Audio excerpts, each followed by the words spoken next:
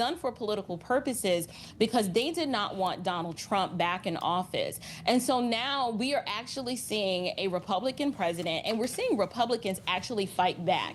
I really believe eventually all of this back and forth, well, you did this and then you did that, it's going to die down eventually. But the Democrats need to feel the pain. They need to learn that, see, we were playing by the rules, and now you guys stepped in and decided to weaponize and politicize this, and now it doesn't feel good when it happens to you. Eventually, both sides are going to settle down and refrain from doing this, because pretty much everybody's going to get locked up eventually. But this needs to happen. They need to feel the pain.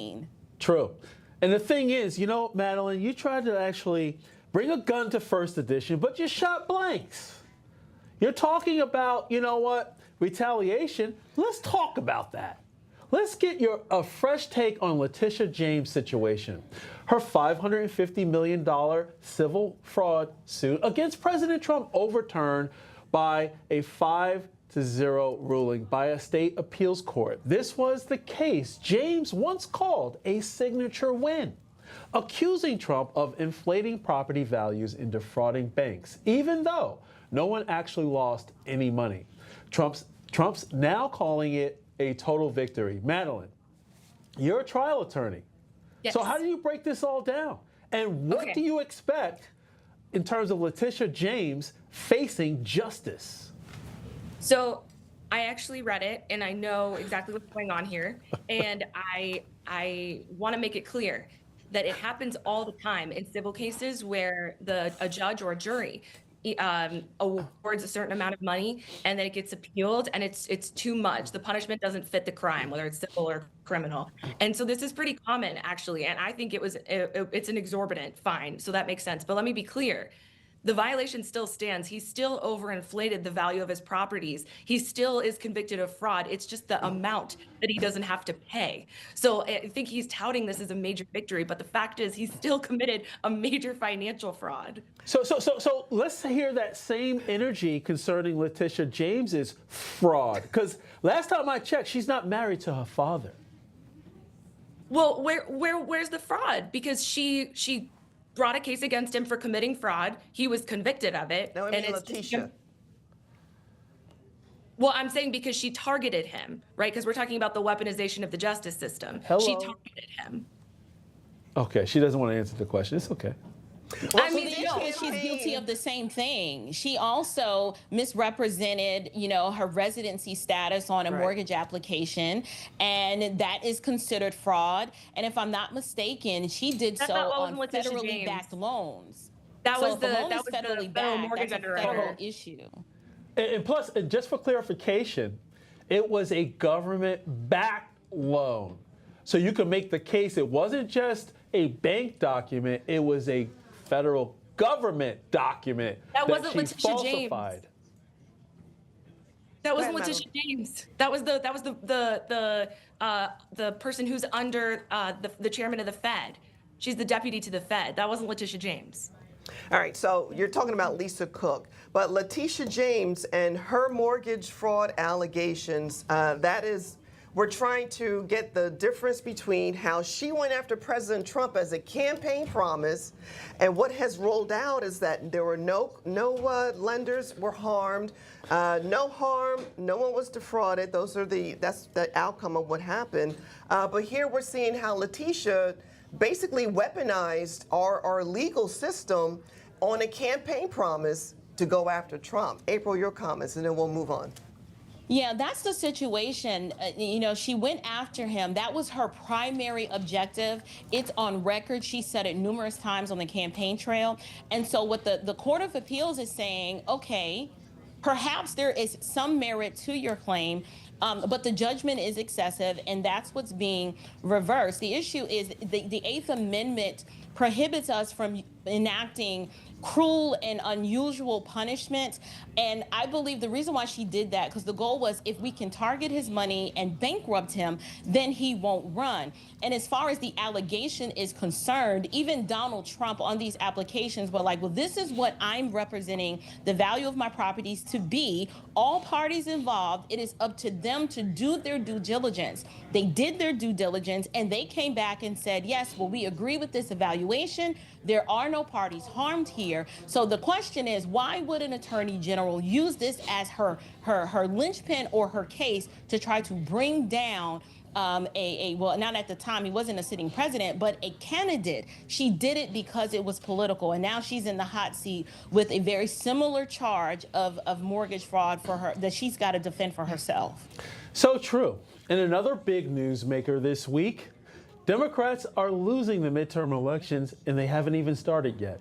California Governor Gavin Newsom getting the ball rolling, though, on his revenge gerrymandering in response to Texas signing 2 redistricting bills into law and declaring a special election for November 4th for Californians to vote on the newly drawn congressional districts.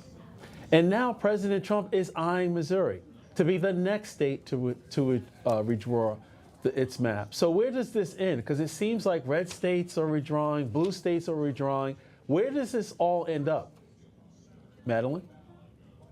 So I've come on this show before, and when we talked about Texas, right, I said, I wish that the governor would ask the people of Texas whether they feel like they're adequately represented and ask them whether they feel like they need redistricting. Well, that's exactly what Gavin Newsom is doing in California. He's having a referendum to let the people decide, not Donald Trump, whether they feel adequately represented in Congress. And I think that's an appropriate measure. And I thought that before they even started this. So I think what's happening is I do think that a lot of these policies have been unpopular. I think that people don't like what they're seeing in terms of what the things that ICE has been doing.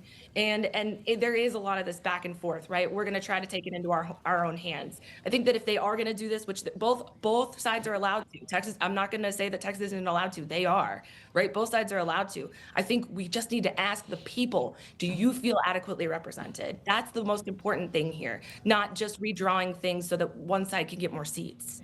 Well, they probably don't feel represented. Just look at the water, the lack of the water, the lack of the other security and safety. They're not getting what their tax dollars are paying for. So we'll ask them. All right, well, April, what do you make of all the attention that Gavin Newsom is getting of late? Gavin Newsom is such a clown. I agree with the other panelists that we should ask the voters. And what California voters are saying is that they don't want to pay for another special election. The vast majority of them are saying this is expensive and we don't want this. They already have a special commission to determine how these lines are redrawn. I wish Democrats would just focus on better policies as opposed to saying, well, the only way that we can win is if we kind of draw little weird, funky little maps around the people who we think are going to vote for us. Their policies are unpopular. Perhaps if they focused on actual issues as opposed to manipulating ways to win, they would be more popular. This is why I agree with you, John. They are losing the midterm elections before it even starts because they spend time majoring on things that are not important. How is that not what Texas is doing? Well, the thing is, Republicans are doing it finally because they've realized that, well, wait a minute. We do have people in these districts that overwhelmingly supported Donald Trump. Perhaps the representation and the way these maps are drawn are not accurate. Well, if it's legal and the Democrats have been doing it for years, it is time to play hardball. Don't be mad that the Republicans are finally waking up and they are fighting back. You made the rules. You've participating in this in the past. Now you need to deal with the consequences. This is great. This is a great open discussion for the viewers to decide. They just heard it in black and white, no pun intended. But let's actually unify this discussion, right, about something that we just talked about earlier. Pope Leo is calling on Catholics worldwide to dedicate today as a day of prayer and fasting for peace in Ukraine and the Holy Land. He's doing this while also preparing for what is expected to be his first trip abroad as pontiff, a visit to Lebanon later this year.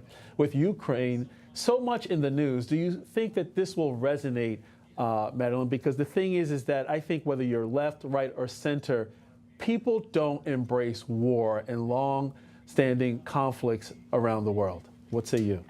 I absolutely agree. And I love this Pope. I think he's kind and warm and stands for human rights and the right thing. And energy goes, or attention goes where energy flows. And when you start paying more attention to the right things, that's when things get done. And so I'm grateful that the Pope is shining a light in this direction. And April, your thoughts? Yeah, I appreciate the Pope's efforts in and actually bringing attention to this issue. But at the end of the day, what Donald Trump is going to do is broker a peace deal and actually bring peace, because Donald Trump is a president that doesn't like war. And so I echo the sentiments of the panelists. The Pope is bringing national attention or worldwide attention to the fact that these wars need to stop, and we don't want this. So while we have the pontiff on one end advocating in the faith space, we actually have political discussions that are actually taking place that are getting us closer and closer to peace. And that is a good thing for all parties involved. Absolutely. That's one thing that we can actually agree on, is peace.